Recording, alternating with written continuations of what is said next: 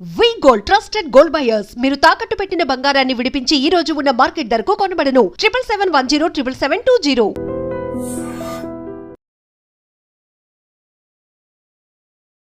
నమస్తే, welcome to iDream. చాలా మందిలో ఛాతిలో మంట, పుల్లటి త్రేంపులు, ఇలా కాకుండా ఇంకా గ్యాస్ట్రిక్ ప్రాబ్లమ్స్ ఇలా ఎక్కువగా వస్తూ ఉంటాయి. అయితే దీనికి సొల్యూషన్ ఏంటి? ఎన్నో మెడిసిన్స్ వాడుతూ ఉంటారు. మార్నింగ్ లేవగానే పొర కడుపున వాడే మెడిసిన్స్తో కూడా మీకు ఎటువంటి ఫలితం లేకపోవచ్చు. అయితే వీటన్నిటికీ కూడా వంటింటి చిట్కాలతో మనం ఎలా సొల్యూషన్ తీసుకోవాలి అన్న దాని గురించి చక్కగా వివరించడానికి మనతో పాటు ఉన్నారు ప్రముఖ ఆయుర్వేద వైద్య నిపుణులు, వంటింటి చిట్కాలలో చాలా ఫేమస్ ఆయన. ఈ పాటికి మీకు అర్థమైపోయి ఉంటుంది. ఆయనే చిట్టుబట్ల మధుసూదన్ శర్మ గారు. వారితో మాట్లాడి అసలు ఈ గ్యాస్ట్రిక్ ప్రాబ్లమ్స్కి ఎలాంటి సొల్యూషన్ చెప్తారన్నది అడిగి తెలుసుకుందాం. నమస్తే సార్. సార్, గ్యాస్ట్రిక్ ప్రాబ్లం అనేది ఇప్పుడు చిన్నపిల్లలు కూడా మాకు ఛాతిలో మంట వచ్చేస్తుంది, పుల్లగా తేన్పులు వస్తున్నాయి, ఏం తినలేకపోతున్నాము అనేసి చెప్తూ ఉంటారు. అయితే గ్యాస్ట్రిక్ ప్రాబ్లం రావడానికి మెయిన్ రీజన్స్ ఏంటి సార్? గ్యాస్ట్రిక్ ప్రాబ్లమ్స్ రావడానికమ్మా టయానికి ఫుడ్ తీసుకోకపోవడము, కాఫీ టీలు ఎక్కువ తాగడము, junk foods, fast foods, bakery foods ఎక్కువ తీసుకోవడము, రాత్రి ఎక్కువసేపు నిద్ర మేలుకోవడము, మోషన్ను బలవంతంగా ఆపుకోవడము, తర్వాత మల విసర్జన సరిగ్గా చేయకపోవడము, అంటే కాన్స్టిపేషన్ ప్రాబ్లమ్. సో ఇలాంటివి అనేక రకాలైనటువంటి కారణాల వల్ల ఈ గ్యాస్ట్రిక్ ట్రబుల్ వస్తూ ఉంటుందమ్మా. ఈ గ్యాస్ట్రిక్ ట్రబుల్ సమస్య ఉన్నటువంటి వాళ్ళలో అందరిలో అన్ని లక్షణాలు ఒకే రకంగా ఉండవమ్మా. కొందరిలో ఒక్కొక్క రకమైన లక్షణాలు ఉంటాయి. కొంతమందికి తేపుల రూపంలో ఈ యొక్క సమస్య ఇబ్బంది పెడుతూ ఉంటుంది, కొంతమందికి కడుపు ఉబ్బరంగా ఉంటుంది, కొంతమందికి వాంతి వచ్చినట్లు ఉంటుంది, కొంతమందికి తల బరువుగా ఉంటుంది, కొంతమందికి మోషన్ ప్రాబ్లం ఉంటుంది, కొంతమంది కడుపులో మంట ఉంటుంది, కొంతమంది కడుపులో ఏదో రాయి పెట్టినట్లు అనిపిస్తూ ఉంటుంది. ఇలా వివిధ రకాలైన లక్షణాలు కలుగుతుంటాయమ్మా. మరికొంతమందికి అయితే ఈ ప్రభావం చేత అంతుబట్టని సమస్యలమ్మా, అంటే కీళ్ళ నొప్పులు, మోకాళ్ళ నొప్పులు, తర్వాత నడుము నొప్పి, భుజం నొప్పి, తలనొప్పి, ఇలాంటి వివిధ రకాలైన నొప్పులు కూడా కలుగుతుంటాయమ్మా. అలాంటి వాళ్ళలో ఏ పరీక్ష చేసినా ఏముండదమ్మా, పరీక్షలు చేయించుకుంటారు కానీ నార్మల్గా ఉంటాయి, సమస్య మాత్రం ఇబ్బంది పెడుతూ ఉంటుంది. గ్యాస్ట్రిక్ ట్రబుల్ సమస్య తగ్గిపోతే కానీ అవి తగ్గిపోవమ్మా. సో అట్లా కొంతమంది ఉంటారమ్మా. ఏది ఏమైనప్పటికీ మీరు అన్నట్లు ఈవెన్ ఒక్కొక్కసారి పరిగడుపున మింగే మాత్రలు కూడా మొండి పడతాయమ్మా. కొన్నాళ్ళ పాటు వాడేసరికి అవి కూడా మాకు సాధ్యం కాదని చెప్పేసి మొండి పడితే ఆ టాబ్లెట్స్ మార్చుకోవడము, వాటి యొక్క డోస్ పెంచుకోవడము చేసుకునేటువంటి పరిస్థితి ఏర్పడుతుందమ్మా.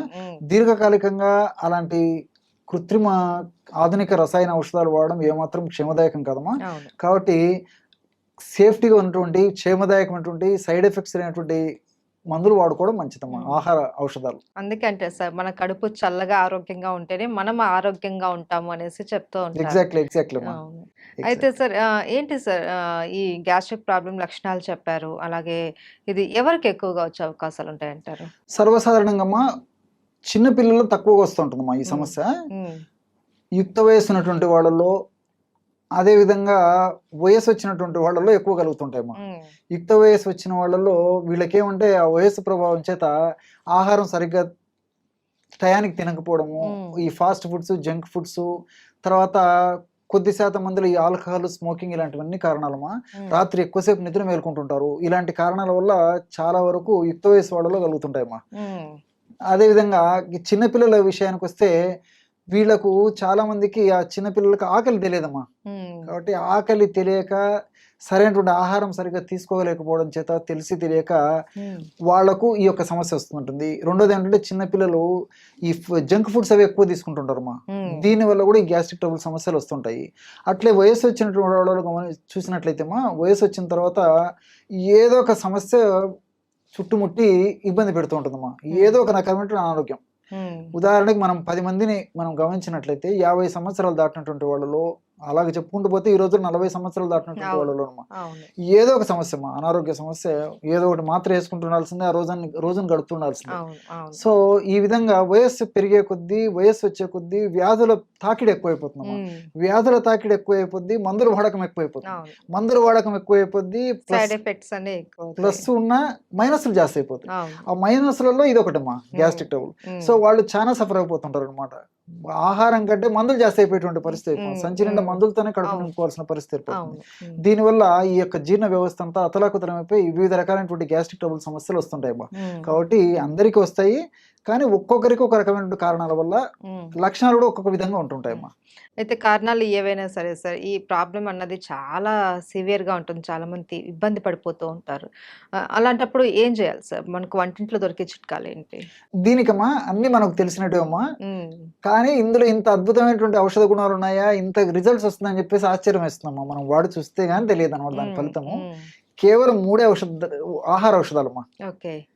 జీలకర్ర, ధనియాలు, సోంపు గింజలు. ఎక్కడ ఏ వేలు ఖర్చు పెట్టాల్సిన అక్కర్లేదమ్మా. అవును. అద్భుతమైనటువంటి ఔషధం. ఈ 3 పదార్థాలు ఒక్కొక్కటి 50 గ్రాములు తీసుకోవాలమ్మా. అంటే జీలకర్ర ఒక 50 గ్రాములు వేయించేసేసి, ధనియాలను వేయించి ఒక 50 గ్రాములు, సోంపు గింజలను వేయించేసి ఒక 50 గ్రాములు తీసుకోవాలి. అన్ని దోరగా వేయించుకోవాలి. అన్ని కలిపేసి మిక్సర్ అయినా వేసుకోవచ్చమ్మా. ఓపిక ఉంటే సపరేట్ అని తయారు చేసుకోవచ్చు. లేకపోతే అన్ని కలిపేసి మిక్సర్ వేసేసుకోవచ్చు. బాగా జల్లి పట్టేసేస్తే సరే ఒక 10 గ్రాములు అటు ఇటు అయినా ఇంచుమించు 140 గ్రామ్స్ 150 గ్రామ్స్ ఔషధం తయారైపోతుంది. మొత్తం పౌడర్, బ్రహ్మాండమైనటువంటి పౌడర్ తయారైపోతుంది. దాన్ని ఒక గాసీసారి నిల్వ ఉంచుకున్నామా, 1/2 టీ స్పూన్ ఉదయం ఆహారం తర్వాత అరచేతి మీద వేసుకొని కొద్దిగా చప్పరించేసేసి నీళ్ళు తాగేసేయాలమ్మా. కొద్దిగా 1/2 గ్లాస్ వాటర్. రాత్రి ఆహారం తిన్న తర్వాత కూడా ఒక 1/2 టీ స్పూన్ ఒక అరచేతులు వేసుకొని చప్పరించాలమ్మా. బాగా ఎంజాయ్ చేస్తే అది చప్పరిస్తూ మింగేసేయాలి. ఒక కప్పు అంటే ఒక 100 ml వాటర్ తాగితే సరిపోతుంది. చిన్నపిల్లలు అయితే కొంచెం డోస్ తగ్గించుకోవాలమ్మా. అంటే 12-13 సంవత్సరాలు దాటినటువంటి వాళ్ళకందరికీ ఈ డోస్ సరిపోతుంది. ఇంకా 12-13 సంవత్సరాల కంటే తక్కువ ఉన్నటువంటి వాళ్ళలో 1/2 టీ స్పూన్ కాకుండా 1/4 టీ స్పూన్ ఆ రేంజ్లో వాడుకుంటే సరిపోతుంది. సో ఇది వాడడం వల్ల ఏమైతుందంటే with-in 3rd day 4th day నుంచి మంచి బ్రహ్మాండమైనటువంటి రిజల్ట్స్ వస్తాయమ్మా. సో ఇప్పుడు మనం చెప్పుకున్నటువంటి లక్షణాలన్నిటికి కూడా ఇది దివ్య ఔషధం. అన్ని దివ్య ఔషధం. ఇన్ని లక్షణాలు చెప్పాం కదమ్మా. ఏ లక్షణాలు కానివ్వండి, గ్యాస్ట్రిక్ ట్రబుల్ అంటే కేర్ ఆఫ్ అడ్రస్ ఇదే. అంత అద్భుతంగా పనిచేస్తుంది అనమాట. సో మనము ఆధునికంగా ఆలోచించినట్లయితేమా, ఇప్పుడు జీలకర్రలో థైమాల్ అనేటువంటి రసాయన పదార్థము, క్యుమినాల్డిహైడ్, ఎపిజెనిన్, ఇలాంటి ల్యూటియోలిన్ అనేటువంటి అనేక రకాలైన రసాయన పదార్థాలు ఉన్నాయమ్మా. ఇవన్నీ కూడా ప్రత్యక్షంగా పరోక్షంగా గ్యాస్ట్రిక్ జ్యూసెస్ను పెంచేందుకు ఉపయోగపడతాయి. తర్వాత బైల్ జ్యూస్ అమ్మా. బైల్ జ్యూస్ బాగా ఉత్పత్తి అవుతూనే బాగా ఆకలి అవుతుంది, జీర్ణశక్తి బాగా జరుగుతూ ఉంటుంది. సో బైల్ జ్యూస్ బాగా ఉత్పత్తి అయ్యేందుకు ఈ జీలకర్రలో ఉన్నటువంటి ఇలాంటి అనేక రకాలైన రసాయన పదార్థాలు ఉపయోగపడతాయి. అట్లే ధనియాల్లో కొరియాండ్రాల్ అనేటువంటి రసాయన పదార్థము, ఇలాంటి రసాయన పదార్థాలు కూడా ఈ జీర్ణ వ్యవస్థలో వచ్చేటువంటి వివిధ రకాలైనటువంటి గ్యాస్ట్రిక్ ట్రబుల్ సమస్యలకు ఉపయోగపడతాయమ్మా. అంటే సోంపు గింజలమ్మా. సోంపు గింజలో ఎనథాలు, తర్వాత ఫైబరు, ఇలాంటి రసాయన పదార్థాలు ఉంటాయమ్మా.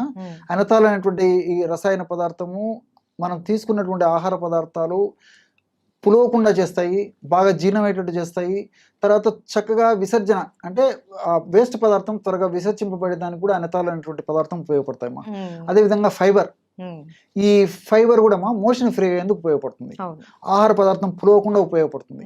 అందులో మనకు తీసుకునేటువంటి ఆహార పదార్థాలమ్మా, ఇటువంటి ఆహార పదార్థాల్లో ఫైబర్ ఎక్కువగా ఉన్నటువంటిది ఈ సోపులోనేమా.